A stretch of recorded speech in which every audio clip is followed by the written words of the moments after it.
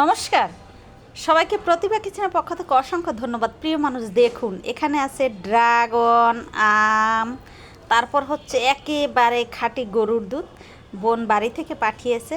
এই দেখুন, সবার আগে আমি ড্রাগনটা কেটে নেব। আহা হা, ভগবানের কি অপূর্ব সৃষ্টি! একেই মাটিতে, কোনোটা সবুজ, কোনোটা লাল, কোনোটা হলুদ, কোনোটা বেগুনি, কোনোটা কালা, কত সুন্দর! দেখুন ড্রাগনের কালার দেখে আমি মুগ্ধ। এই যে ড্রাগনটা সুন্দর করে ছিলে মেখে নিয়েছি।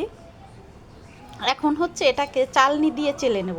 আঠিগুলোকে ফেলে রসটুকু নিয়েছি, দারুণ কিন্তু। তারপরে হচ্ছে আমটা কেটে নেব। এই দেখুন একেবারে সুন্দর, এই আমটা খেতে দারুণ। সুন্দর করে আমটাকে ছিলে এটাকেও চালনি দিয়ে চেলে নেব একেবারেই। আহা হা, কি সুন্দর কালার!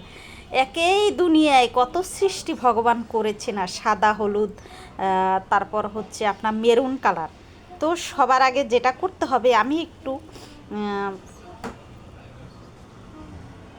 কাজু বাদাম ভেজে নেব।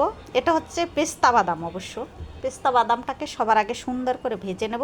তারপরে হচ্ছে এই দেখুন, আমের এই জুসের সাথে হচ্ছে আমি 1 চামচ করে আগার আগার পাউডার মিলিয়েছি। মিলানো হয়ে গেছে। এই দেখুন সুন্দর করে মিলিয়ে দিয়েছি। এটা হচ্ছে একটা ছোট টিপস, বুঝতে পারছেন? কারণ সবার আগে হচ্ছে মানে গরম হওয়ার আগে আগার আগার পাউডার মিলিয়ে নিতে হবে, তারপরে হচ্ছে গরম করতে হবে। তো গরম করা হয়ে গেছে।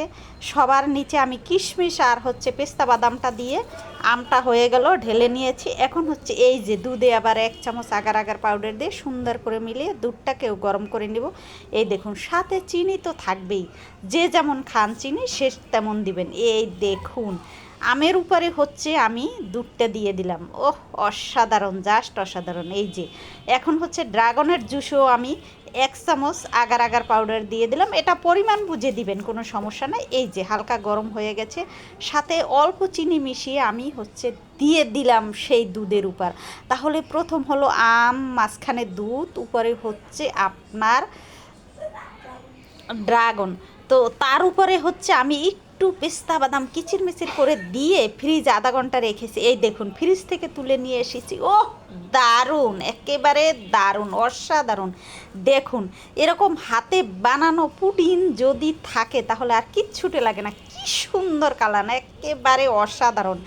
মানে এটা ভাঙবে না, সারাদিন রেখে দিল। আর সত্যি কথা, মাঝে মাঝে এরকম বাচ্চাদের বানিয়ে দেবেন, তাহলে ওরা দারুণ খুশি হবে।